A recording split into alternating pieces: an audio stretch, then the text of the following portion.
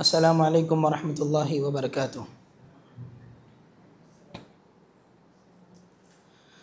इन्नल हम्दुलिल्लाह नहमदुहु व नस्तईनुहु व नस्तगफिरुह व नु'मिनु बिही व नतवक्कलु अलैहि व नऊज़ु बिल्लाहि मिन शुरूरि अनफुसिना व मिन सय्यिआति अअमालिना मन यहदिहिल्लाहु फला मुदिल्ल लहु व मन युद्लिलहु फला हादिय लहु। अशहदु अन ला इलाहा इल्लल्लाहु वहदहु ला शरीक लहु व अशहदु अन्न मुहम्मदन अब्दुहु व रसूलुहु। फ़अऊज़ु बिल्लाहि मिनश शैतानिर रजीम। बिस्मिल्लाहिर रहमानिर रहीम। या अय्युहल्लज़ीना आमनुत्तक़ुल्लाह हक़्क़ तुक़ातिहि व ला तमूतुन्ना इल्ला व अंतुम मुस्लिमून। या अय्युहन्नासु रब्बकुमुल्लज़ी ख़लक़कुम मिन नफ्सिन वाहिदा व ख़लक़ मिन्हा ज़ौजहा व बस्स मिन्हुमा रिजालन कसीरन व निसाअ वत्तक़ुल्लाहल्लज़ी तसाअलून बिही वल अर्हाम इन्नल्लाहा काना अलैकुम रक़ीबा। या अय्युहल्लज़ीना आमनुत्तक़ुल्लाह व क़ूलू क़ौलन सदीदा युस्लिह लकुम अअमालकुम व यग़फ़िर लकुम ज़ुनूबकुम व मन युतिइल्लाह व रसूलहु फ़क़द फ़ाज़ फ़ौज़न अज़ीमा। अम्मा बअद फ़इन्न खैरल हदीस किताबुल्लाह व खैरल हुदा हुदा मुहम्मदिन सल्लल्लाहु अलैहि वसल्लम व शर्रल उमूरि मुहदसातुहा व कुल्लु मुहदसतिन बिदअह व कुल्लु बिदअतिन दलालह अद-दलालतु फ़िन्नार। क़ाल अल्लाहु तबारक व तआला फ़िल क़ुरआनिल मजीद। बिस्मिल्लाहिर रहमानिर रहीम। मन अमिल सालिहन मिन ज़करिन औ उन्सा व हुवा मुअमिन फ़लनुहयियन्नहु हयातन तय्यिबा व लनजज़ियन्नहुम अजरहुम बिअहसनि मा कानू यअमलून। तमाम किस्म की तारीफ़ उस अल्लाह रब्बुल आलमीन के लिए है जो मेरा और आपका खालिक है, मालिक है, राज़िक़ है। बादहु दरूद सलामती का नुज़ूल हो तमाम अंबिया किराम अलैहिस्सलातु वस्सलाम पर, बिलखुसूस मेरे और आपके आखिरी नबी ताजदार मदीना जनाब मोहम्मद रसूलुल्लाह सल्लल्लाहु अलैहि वसल्लम पर। हाज़रीन मजलिस, इस बात में कोई शक नहीं कि अल्लाह रब्बुल आलमीन ने हम तमाम लोगों को मिट्टी से पैदा फरमाया। इसकी दलील देते हुए जब अल्लाह रब्बुल आलमीन ने शैतान को कहा कि तुम आदम अलैहिस्सलाम को सजदा करो, तो शैतान ने क्या कहा? मैं आदम अलैहिस्सलाम से बेहतर हूँ, क्योंकि खलक़तनी मिन नारिन व खलक़तहु मिन तीन। तूने आदम अलैहिस्सलाम को मिट्टी से बनाया और मुझे आग से पैदा फरमाया। तो इससे नुक्ता क्या मिला कि हम तमाम लोगों की जो बुनियाद है वो एक है। वो क्या? कि अल्लाह रब्बुल आलमीन ने हम तमाम लोगों को मिट्टी से पैदा फरमाया। यहाँ तक तो बात ठीक है, हमारी तमाम लोगों की बुनियाद तो एक है, लेकिन मुख्तलिफ हालात में हम एक दूसरे से अलग हैं। जैसे अगर कद के एतबार से देखा जाए तो कोई लंबा है तो कोई गिड्डा है। अगर रंग के एतबार से देखें तो कोई काला है तो कोई गोरा है, कोई सांवला है, कोई ब्राउन कलर का है। अगर माली एतबार से देखें तो हम में से बाद लोग मालदार हैं और बाद लोग गरीब हैं और बाद लोग मिस्कीन में हमारे दरमियान मौजूद हैं। अगर इबादत में देखें तो हम में से हमसे बेहतर नेक इंसान भी हैं और हमसे कमतर और हमसे बड़े बड़े गुनहगार भी मौजूद हैं। लेकिन कई सूरतों में हम एक दूसरे से अलग थलग होने के बावजूद एक मसले के अंदर हम तमाम लोग मुत्तफिक नजर आते हैं। वो क्या? कि हम अपनी ज़िंदगी को बेहतर कैसे बनाएं। हर एक इंसान ये चाहता है, चाहे वो किसी भी मसलक का क्यों ना, चाहे वो छोटा हो, लंबा हो, गिड्डा हो, गोरा हो, काला हो, और वो किसी भी उसका नसब चाहे जो कुछ भी हो, हर इंसान ये चाहता है कि I want to become successful in my life. मुझे मेरी ज़िंदगी में कामयाब होना है। अगर आप, जाहिर सी बात है, अगर किसी को आप सवाल करें कि भाई ज़िंदगी अगर सुकून चैन के साथ, अमन व सुकून के साथ अगर गुजारना है तो हम क्या कर सकते हैं, तो सामने वाले का सबसे पहला जवाब ये होगा कि अगर हमारे पास पैसा है तो हमारी ज़िंदगी सुकून से चलेगी। Because money is everything. सबका दावा, पूरी दुनिया का दावा यही है कि पैसा क्या है? सब कुछ है। अगर पैसा है तो समझो पूरी दुनिया की दौलत हमारे पास है। अच्छा, if really money is everything, so why we can't buy a health during the diseases? अगर पैसा सब कुछ है तो हम बीमारी की हालत में सेहत क्यों खरीद नहीं सकते? If really money is everything, so why we can't buy a new life after death? मरने के बाद हम नई जिंदगी पैसों की जरिए से क्यों खरीद नहीं सकते? तो इससे नुक्ता क्या मिला? पैसा सब कुछ नहीं है, और सिर्फ पैसे ही की वजह से हमारी ज़िंदगी सुकून के साथ चल सकती है, इसकी कोई गारंटी नहीं। तो चलिए हम किताबुल्लाह और सुन्नत रसूल के मुताबिक ये जानने की कोशिश करते हैं कि वह क्या उसूल हैं कि जिसे शरीयत बताती है कि जिसको अपना के हम अपनी ज़िंदगी को बेहतर से बेहतर बना सकते हैं, अपनी ज़िंदगी के अंदर चैन और सुकून को ला सकते हैं, अपनी ज़िंदगी को हम इत्मीनान के साथ गुजार सकते हैं। तो अगर हम किताबुल्लाह और सुन्नत रसूल की तरफ अगर जाएं, अपना रुख वहाँ पर मोड़ें, तो किताबुल्लाह और सुन्नत रसूल के अंदर सबसे पहली चीज़ ये बताई गई कि ईमान और अमल सालेह, कि तुम नेक अमल करो, अल्लाह रब्बुल आलमीन तुम्हें क्या करेगा? बेहतर ज़िंदगी अता करेगा। जी, अब सवाल यहाँ पर यह है, क्या अच्छी ज़िंदगी के लिए सिर्फ अमल करना काफ़ी है? वैसे तो हमारे माशरे में गैर मुस्लिमीन भी है, बहुत सारे क्रिश्चियंस भी हमारे दरमियान मौजूद हैं, बुद्धिस्ट भी हैं, बहुत सारे अलग अलग मज़ाहिब से बिलोंग करने वाले लोग माशरे के अंदर ज़िंदगी गुजार रहे हैं। अब सवाल यह है, किताबुल्लाह सुन्नत रसूल के अंदर बताया गया कि अगर तुम अच्छे अमल करो, अमल सालेह करो, तुम्हारी ज़िंदगी को बेहतर बना दिया जाएगा। क्या अमल करना काफ़ी है? अमल सालेह करेंगे तो हमारी अच्छी ज़िंदगी बन जाएगी? तो चलिए इसे एक आयत करीमा के ज़रिए से हम समझने की कोशिश करते हैं। आयत करीमा कुछ इस तरह से है, अल्लाह रब्बुल आलमीन ने फरमाया, मन अमिल सालिहन मिन ज़करिन औ उन्सा व हुवा मुमिन, कि जब तुम में का कोई अमल करता है, अमल सालेह करता है, चाहे वो मर्द हो या औरत हो। देखो यहाँ पर एक और नुक्ता मिला कि हम आम तौर पर ये समझते हैं कि कमाकर लाने वाला जो है मर्द है, अगर सिर्फ मर्द ही नेक अमल करेगा तो उसके ज़रिए से ज़िंदगी को बेहतर बनाया जा सकता है। नहीं, कि अगर औरत भी अगर वो अमल सालेह करती है तो उसके ज़रिए से भी जो है ज़िंदगी के अंदर बदलाव को जो है लाया जा सकता है। अल्लाह ने फरमाया कि मन अमिल सालिहन मिन ज़करिन औ उन्सा, अगर तुम में का जो कोई नेक अमल करता है, चाहे वो मर्द हो या औरत हो। अच्छा, अब नेक अमल करने के लिए भी एक और चीज़ का होना ज़रूरी, क्या? वह हुआ मुमिन, इस हाल में कि वो क्या हो? मोमिन हो।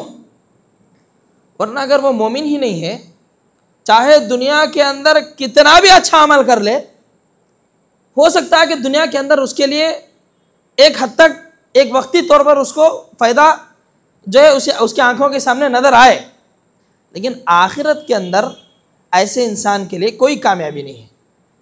किसके लिए? जिसके पास ईमान ना हो। तो ये अमल करना ये कमाल नहीं है, ईमान के साथ साथ अमल सालेह करना ये कमाल है, क्योंकि ईमान जो है वो सिक्योरिटी है कि जो कुछ हम अमल करते हैं ईमान के ज़रिए से उसको महफूज किया जा सकता है।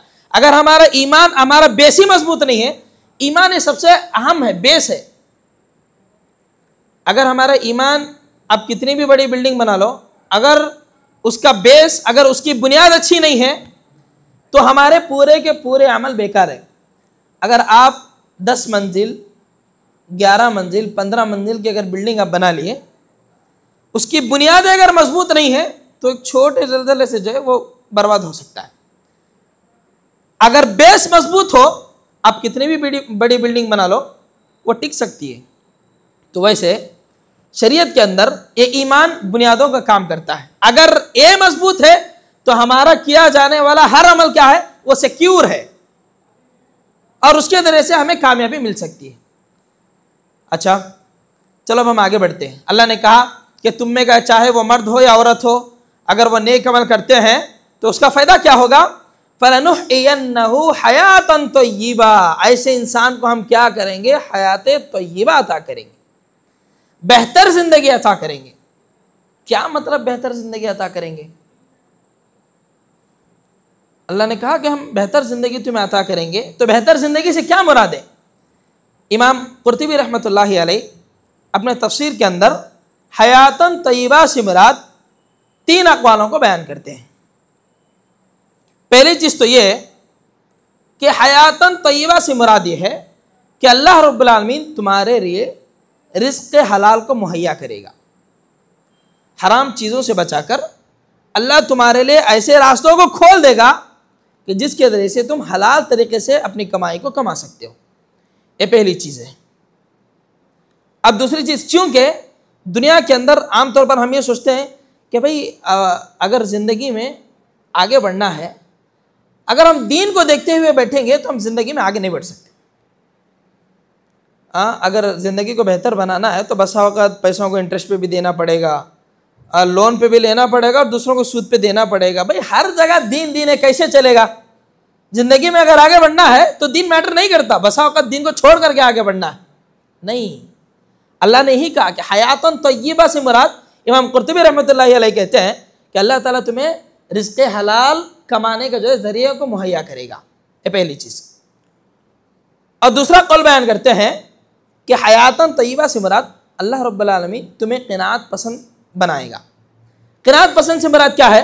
अल्लाह ताला हमारी ज़िंदगी में जो अता किया है उससे हम राज़ी हो जाएंगे, उससे हम खुश हो जाएंगे। अब देखो, इंसान की जो आंखें हैं अगर वह लालची बन जाए ना, दुनिया के अंदर वो कभी भी चैन और सुकून के साथ ज़िंदगी नहीं गुजार सकता। एक लालची इंसान हमेशा वो लालच के साथ, वो लालची आंखों से पूरी दुनिया को देखता, पूरी दुनिया ला करके उसके सामने तुम रख दो, वो चाहता है कि मुझे और चाहिए, और इस हिरिस के पीछे पड़ करके अपनी पूरी लाइफ को बर्बाद करता है। हमेशा दूसरों को देखता है कि सामने वाला कैसी ज़िंदगी गुजार रहा है, उसके पास कार है, बड़े बड़े बंगले हैं, हालांकि इसके पास भी मौजूद है, 2 बंगले मौजूद हैं, भाई मेरे पास सिर्फ 2 है, सामने वाले के पास 5 बंगले हैं, नहीं मुझे और मेहनत करना चाहिए। ऐसे चक्कर में पड़ करके अपनी पूरी लाइफ को बर्बाद कर देता है। अल्लाह ने जो कुछ उसे नेमत अता किया है ना, उससे वो खुद फ़ायदा उठाएगा और हमेशा दूसरों को देख करके जलते हुए ऐसे अपनी ज़िंदगी को ख़त्म कर देगा। इसीलिए क़नाअत पसंदी ये बहुत बड़ी चीज़ है। जिसको क़नाअत पसंदी मिल गई, समझो से दुनिया की दौलत मिल गई। और इसी तरीके से इमाम कुर्तुबी रहमतुल्लाहि अलैह तीसरा कौल पेश करते हैं कि हयातन तय्यबा से मुराद अल्लाह रब्बुल आलमीन एक बंदे को अल्लाह रब्बुल आलमीन की इताअत करने और अल्लाह रब्बुल आलमीन को राज़ी करने के मौके फराहम करेगा। ये भी बेहतर ज़िंदगी। देखो, अब इंसान अपनी ज़िंदगी को बेहतर बनाने के लिए क्या कुछ नहीं करता, इबादतों को छोड़ देता है। जब मामला रमज़ान का आता है रोज़े रखने का, तो वहाँ पर कहता है कि भाई अगर हम रोज़े रखेंगे तो कमाएंगे कैसे, हम मजदूरी करेंगे। अगर दीन के मुताबिक चलेंगे तो हम कमा करके क्या लाएंगे। तो इन तमाम चीज़ों के पीछे पड़कर अपनी ज़िंदगी को बेहतर बनाने के लिए वो अल्लाह रब्बुल आलमीन की इताअत से और अल्लाह रब्बुल आलमीन को राज़ी करने वाले कामों से दूर हो जाता है। तो हयातन तय्यबा से मुराद ये है कि अल्लाह उसे ऐसे रास्ते मुहैया करेगा, ऐसे रास्ते दिखाएगा कि जिसके ज़रिए से वो अल्लाह की इताअत भी करेगा और अल्लाह रब्बुल आलमीन को राज़ी करने की वो कोशिश भी करेगा। अच्छा, अब सवाल यहाँ पर यह है कि चलो अगर हम नेक अमल करें अल्लाह हमारी ज़िंदगी को बेहतर बनाएगा, अगर हम ना करें तो, अगर हमारा ईमान मजबूत नहीं है, अगर हम किताबुल्लाह और सुन्नत रसूल से मुंह मोड़ेंगे, एराज़ करेंगे, तो क्या हमें कोई सज़ा नहीं मिलेगी? उसकी सज़ा ये है कि अल्लाह रब्बुल आलमीन कल क़यामत के दिन अंधा बना करके उठाएगा। जी, दलील आयत करीम अल्लाह रब्बुल आलमीन ने कुरान मजीद के अंदर फरमाया, वमन अअरद अन ज़िक्री फ़इन्न लहू मईशतन दंका। दीन इस्लाम को छोड़कर जो अपनी ज़िंदगी को बेहतर बनाने की कोशिश करता, अल्लाह ऐसे इंसान की ज़िंदगी को तंग करेगा। मईशतन दंका, अगर तुम दीन को छोड़ोगे अल्लाह ताला तुम्हारे रिज़्क़ को तंग करेगा, तुम्हारी ज़िंदगी को तंग कर देगा। इतनी तंग करेगा कि ज़िंदा रहने के बावजूद भी तुम्हारे लिए सांसें लेना मुश्किल हो जाएगा। मईशतन दंका, ये पहला अज़ाब हुआ कि कितनी भी मेहनत कर लो तरक्की नहीं मिलेगी, कामयाबी नहीं मिलेगी, सक्सेस आपके हाथों नहीं लगेगी। क्यों? आप दीन इस्लाम को छोड़कर आगे बढ़ रहे हो, ये कैसे मुमकिन हो सकता है? और आगे अल्लाह ने कहा, वनहशुरुहु यौमल क़ियामति अअमा, जब कल क़यामत के दिन तमाम लोगों को अपने अपने कब्रों से जब अल्लाह उठाएगा, तो ऐसे लोग जो दीन इस्लाम से रूगर्दानी इख्तियार करते हैं, अल्लाह के जिक्र से रूगर्दानी इख्तियार करते हैं, अल्लाह उन्हें अंधा बना करके उठाएगा।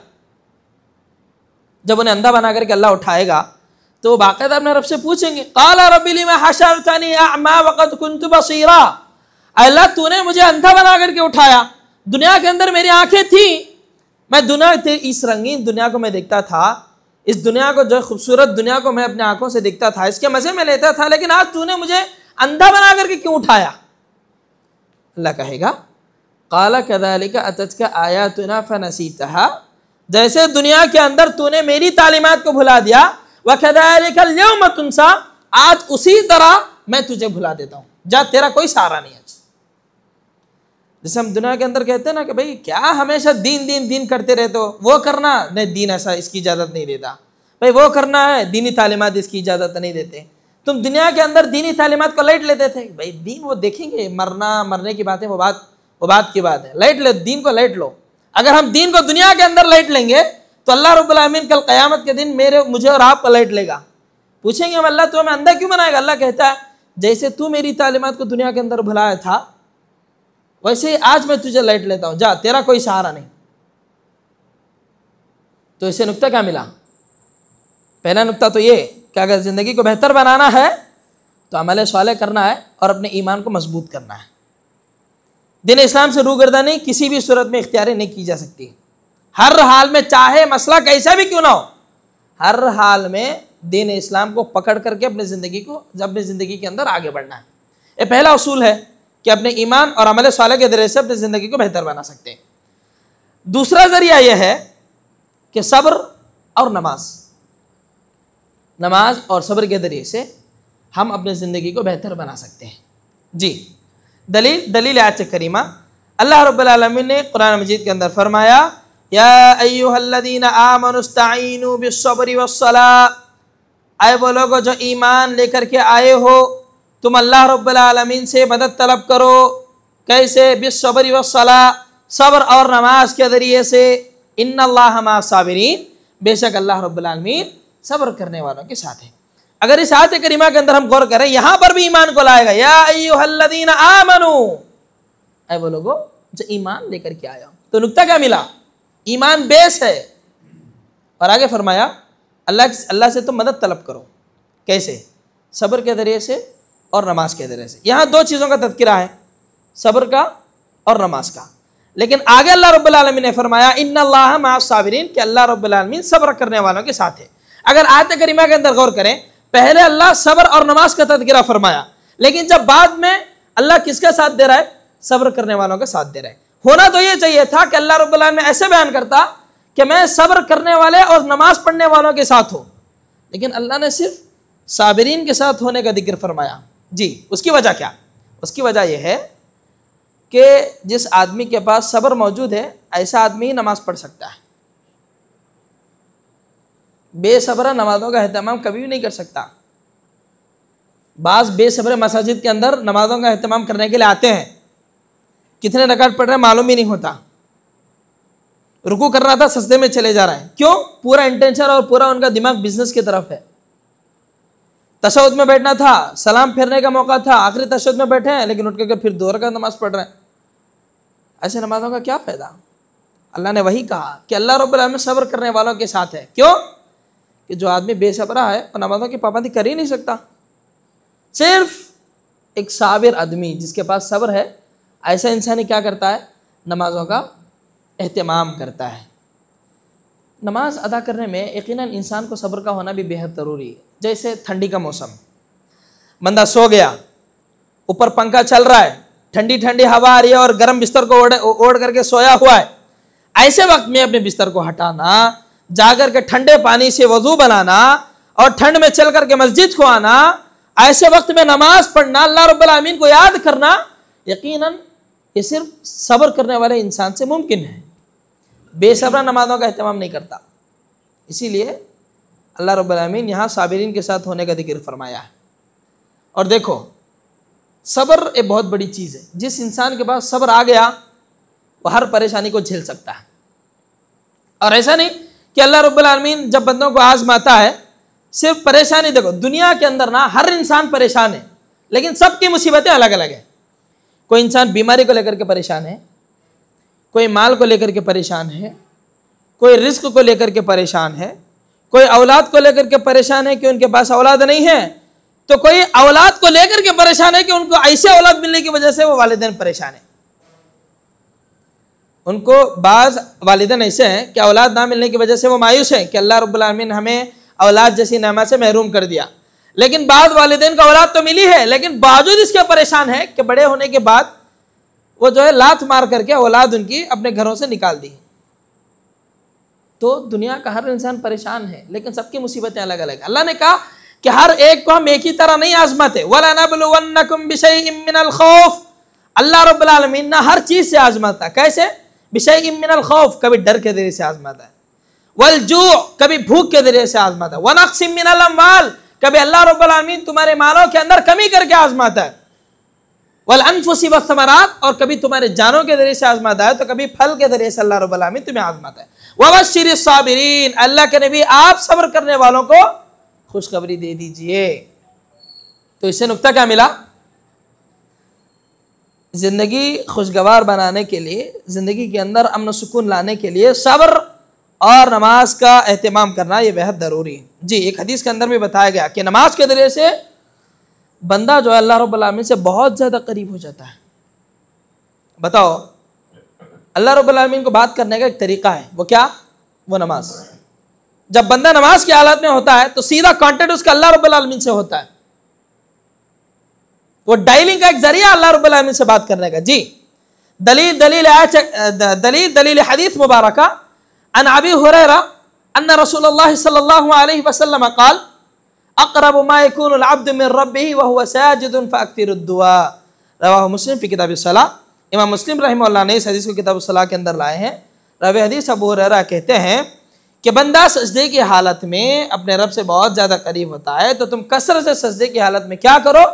अल्लाह रब्बुल आलमीन से दुआ करो। यहाँ सजदे से मुराद नमाज है। नमाज की हालत में बंदा अल्लाह रब्बुल आलमीन से बहुत ज़्यादा करीब होता है। परेशानियाँ हैं, अब अल्लाह कहते हैं अम्मा युजीबुल मुस्तर्रा इज़ा दआ व यक्शिफुस सू। अब तुम बताओ कि दुनिया के अंदर कौन है जो अल्लाह रब्बुल आलमीन के अलावा हमारे परेशानियों को, हमारी मुसीबतों को दूर कर सके? अल्लाह के अलावा कोई चारा, कोई सहारा है ही नहीं। सिर्फ वही मदद करने वाला है। अगर उसका सहारा छूट गया तो दुनिया के अंदर चाहे वो किसी का और कितना भी मजबूत सहारा क्यों ना हो, वो बेकार है।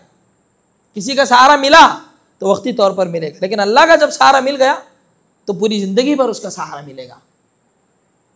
तो इससे नुक्ता क्या मिला कि जिंदगी को बेहतर बनाने का दूसरा तरीका सब्र और नमाज है। एक आखिरी बात बताकर मैं अपनी बात को ख़त्म करूँगा। तीसरी चीज़ यह है कि तौबा और इस्तिग़फ़ार, इसके ज़रिए से भी अपनी ज़िंदगी को बेहतर बनाया जा सकता है। इमाम हसन बसरी रहमतुल्लाहि अलैहि के पास एक आदमी आया और कहने लगा कि शेख, हमारे पास ना बारिशें नहीं हो रही हैं, हमारी खेतें सूख गई, हमारे यहाँ बारिशें नहीं हो रही, कि हम क्या करें?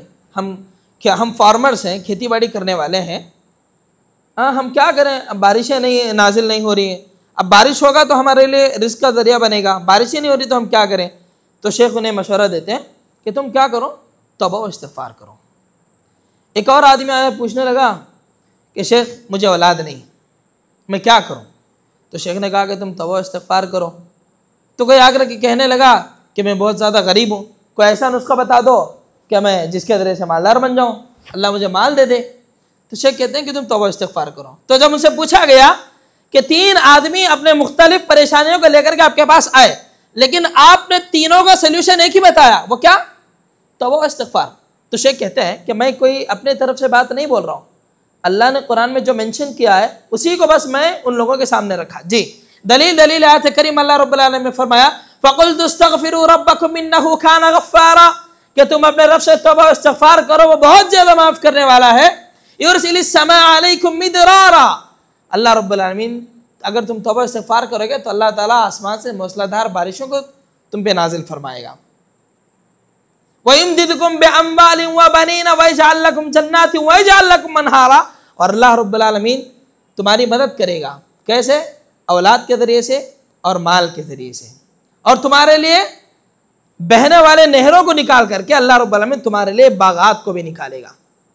तो तौबा इस्तिग़फ़ार भी क्या है? अपने ज़िंदगी को बेहतर बनाने का एक बेहतरीन ज़रिया। वैसे तो कहने की बहुत सारी बातें हैं, वक्त इस बात की इजाज़त नहीं देता।